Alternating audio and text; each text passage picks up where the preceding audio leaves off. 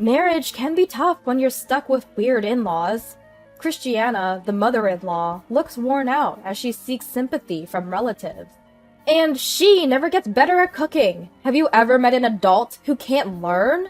Layla, the sister-in-law, jumps in, adding fuel to the fire. Enough is enough. Armed with undeniable evidence, I step in front of the family. My name is Natasha, and I'm 29 years old. I got married 2 years ago and work part-time. My husband Justin has a full-time job. We met through friends and got married after dating for 2 years.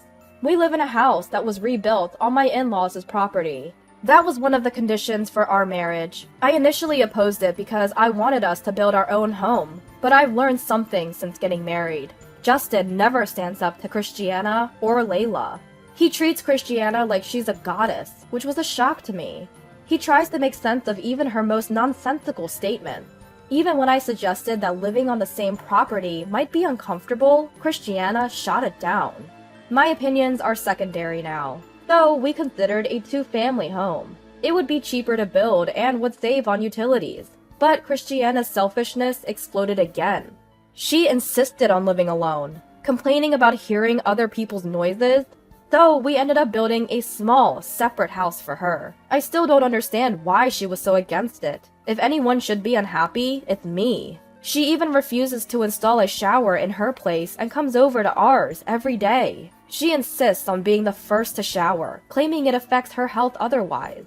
Every day I come home to find Christiana has let herself in and is lounging around after her shower. She even goes through our fridge like it's her own. She complains. At least keep some beer chilled for me after my shower. You're so inconsiderate. So now we end up having dinner together every day. It's like we're living together, except she has her own big room. But that's not the only issue. As mentioned before, Justin has a sister. She's quite a character and very different. Layla is still unmarried, and with her personality, marriage seems unlikely. She doesn't even seem like she could get a boyfriend. Layla is incredibly wasteful. She lives in an apartment 5 minutes away, but only works part-time. She says, "I'll quit my job when I get married, so why work full-time?"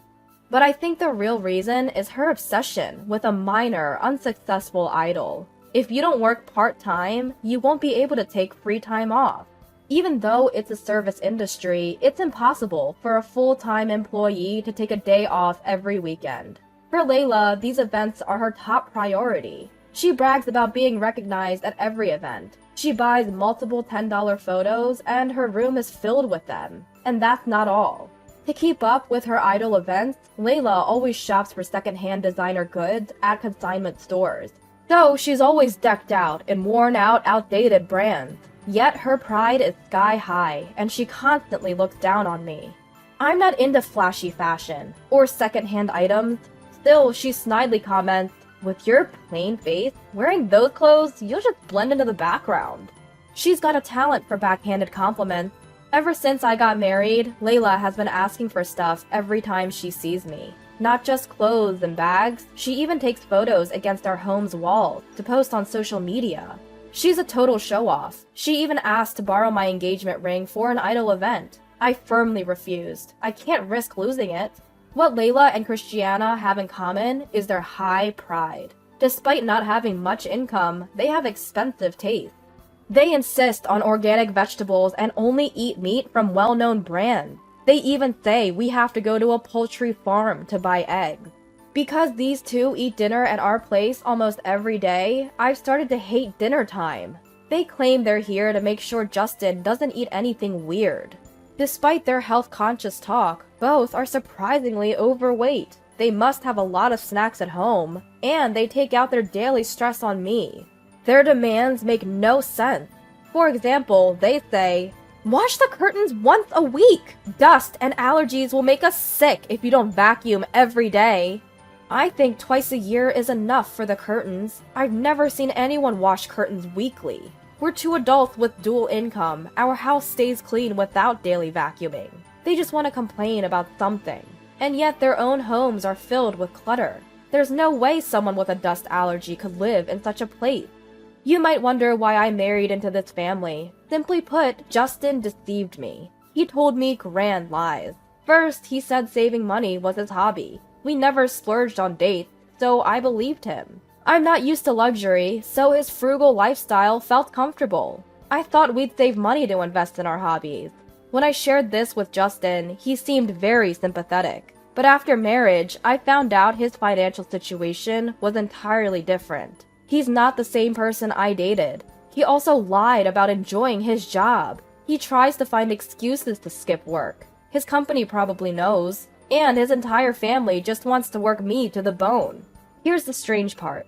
Justin told me to quit my full-time job when we got married. He said one condition of our marriage was for me to become a housewife. I was too excited at the time and lost my sense of judgment. I never liked my job, and I had always admired housewives.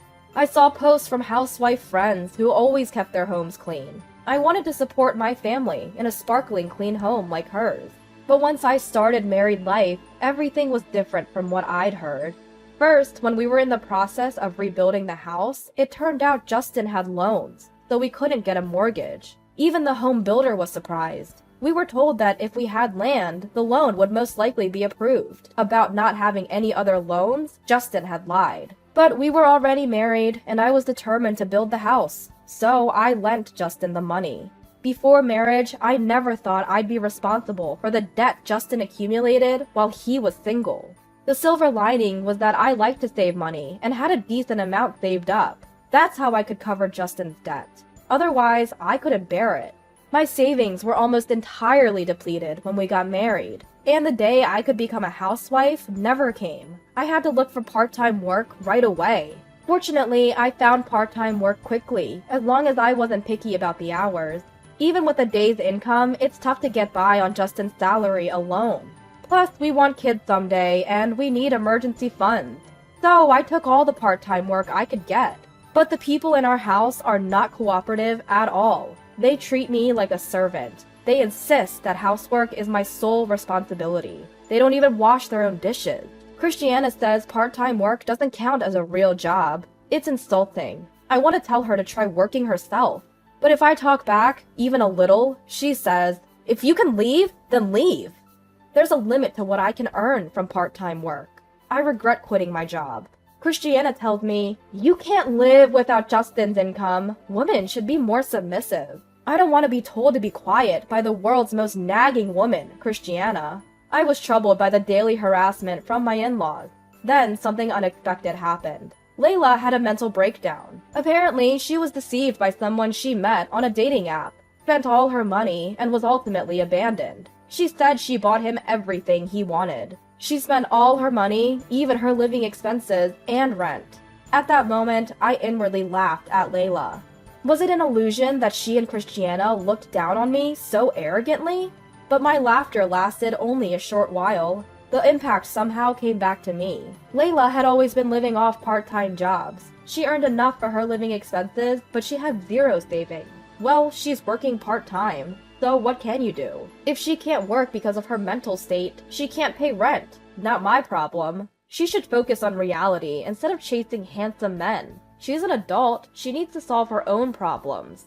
Given this financial situation, a family meeting was held. Seeing Layla's grim face, I realized how scary illness can be. Christiana and Justin brought lots of Layla's favorite foods, trying to cheer her up. Layla is overweight, so she'd probably be fine without food for a few days. Then Christiana said something shocking to me. Healthy people should work. Natasha, you should send Layla 1.5K a month. I was speechless. Why should I send Layla, who brought this on herself, 1.5K every month? I couldn't wrap my head around Christiana's unexpected suggestion. 1.5K is too much, even for sending money to a college student. It's ridiculous. Then even Justin chimed in. Yeah, let's do that for now. If she doesn't have to worry about money, she'll get better quickly. Right now, let's just focus on her getting better. By the way, most of that 1.5K would go to pay off the debt she'd been accumulating on her credit card. Knowing that, I'm even less inclined to pay or lend her money. Whether she's genuinely sick or just acting, Layla is exuding an aura of unhappiness. If I send her 1.5K, it would eat up most of my part-time earnings. I refused, but the whole family blamed me. Even Justin said, "If something happens to my sister, can you take responsibility?" As if it's my fault she's unwell. Honestly, even if I refused, there's no more money coming from my in-laws. In the end, I had to send the money. Christiana and Layla still don't help with any housework. I wake up at 3 a.m. every day to finish all the housework before going to my part-time job. I send Layla $1K and even pay an additional $500 for her rent. Why should I pay her rent? Well, if she loses her place, she'll end up at our house, which is the last thing I want. Everyone in this house, including Justin, sees me as nothing more than a convenient source of money. 3 months later, Christiana announced that she's inviting all the relatives for a small home party. She said 40 people would be coming. There's no way our house can accommodate that many people. Christiana says, "Just connect the guest room and the living room."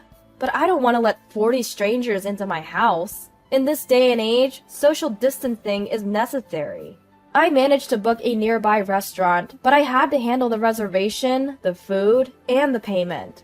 Christiana, who's been nothing but trouble, didn't even say thank you. She told me, "You're finally becoming useful. You should thank me, your nurturing parent." At this point, I don't even feel like talking anymore. Relatives often say things like, "You've had a tough day, haven't you?" Or, "Thank you for everything." But Christiana and a now healthy Layla say things like, "Don't praise her too much. She's always such a useless wife. She'll get carried away." It really ticks me off. Then Layla looks at me and says, "This is delicious. I'm so glad it's not Natasha's cooking. It's been a while since I've genuinely enjoyed a meal. She's always so careless." "Absolutely, she's always a mess," they say, laughing crudely between themselves. Then to the still single folks, they add, "You really suffer when you marry a weirdo. You should be more discerning." My mother-in-law tries to gain sympathy from the relatives with her tired expression. "She never improves her cooking. I've never seen an adult with such a lack of learning ability." Layla chimes in, saying whatever she pleases. I decided it was time to execute my plan. If you dislike me this much, it's becoming difficult to stay in this family. When I say that, all the relatives look shocked. They're surprised because I've never talked back before. Justin tries to hush me in a panic, but I won't be silenced anymore. I thought this was a good opportunity to expose Christiana and Layla's true nature. I say, "Christiana, Layla, I apologize for being an incompetent wife." They look satisfied. "Good! You understand! Now be quiet. Don't meddle in other people's affairs." Other people. At that moment, all my doubts disappeared. I've reached my limit. I can't send money to Layla or pay the rent anymore. The room buzzes with chatter from the relatives. Everyone is confused. I explain to everyone, "I'm glad Layla is feeling better. I was worried when she got scammed on that dating app." Christiana desperately tries to silence me, but it's too late. The relatives won't let it go. They all want to hear the details. I tell them how Layla got scammed and became depressed, how I was sending her money, and how I was the only one doing housework because my family wouldn't lift a finger. The relatives are all extremely angry. First off, it seems like no one even knew Layla had a part-time job. She had everyone believing she worked at a big corporation, so you can imagine the shock. "Why aren't you working then? Why are you so broke?" Questions started pouring in from all the relatives. Seems like she couldn't lie anymore, so she started to spill the beans. When she tried to say she wasn't working due to health reasons, I had to correct her. "Come on, stop lying. You're just living life around your failed idol career." Layla glares at me. Justin steps in. "Enough! She's finally getting her spirits up." But I know she's been fine for a while. I know she's been attending idol events every day last month. It's infuriating to see her take photos with random guys for $10 each, all on my dime. I exposed everything, from her reckless spending to her debts and the mysterious money transfers. Then Layla starts fake crying, claims I've been bullying her and Christiana. I couldn't believe the audacity, but I had prepared for moments like this by gathering plenty of evidence. When I played the audio of Christiana and Layla bullying me, the whole family was in an uproar. I then announced my decision to divorce. I also told them that I had already packed my bags and was ready to leave the house. My husband was both shocked and angry. He probably didn't like being called out in front of everyone. The relatives were furious with my in-laws, saying, "This is totally different from what we've been told." Their support boosted my confidence. Although my husband was angry, the relatives backed my decision to divorce, and it was finalized without a hitch. We're not a wealthy family, so I couldn't expect any alimony or property division. However, with the help of my relatives, I was able to arrange for the money I had lent and sent over the years to be paid back in installments. I had thought that money was gone for good, though it felt like a win. I got him to sign the divorce papers in front of everyone and immediately filed them. I felt like a weight had been lifted off my shoulders. My mood instantly brightened. No more mysterious money transfers or rent payments. I now have a lot more financial freedom. I'm happy that I can finally buy stylish clothes that I haven't been able to afford for a long time. Divorcing was definitely the right move. After that, my in-laws fell apart almost immediately. Well, of course, they couldn't possibly sustain their lifestyle without my income. My part-time earnings were much higher than my husband's, so it was inevitable. He was often skipping work and had switched to being paid daily. He had been lying to me and spending his days gambling. There's no way a household of 3 spendthrifts could ever work out. 4 months after the divorce, I happened to pass by my old house and saw a for sale sign. I couldn't help but smile, thinking, serves them right. Since that family gathering, some relatives have been concerned about me and kept in touch. They often update me on what's happening with my former family. From what I've heard, they can't make ends meet and have moved into an old apartment. It's one of those rare places where the toilet and bath are shared. Proud as they are, Layla and Christiana seem humiliated and even more withdrawn. With no money for outings and 3 arrogant people crammed into a small space, it's no wonder they're at each other's throats. Being alone has made me feel free, and I've started to enjoy my work. People around me have noticed that I've become happier, and I think the divorce was a good decision. In fact, I was offered a full-time position from my part-time job, and now I'm financially stable. I'm amazed at how everything has been moving in a positive direction since the divorce. I now have some financial breathing room and am enjoying investing in myself. From now on, I plan to take better care of myself and grab hold of happiness.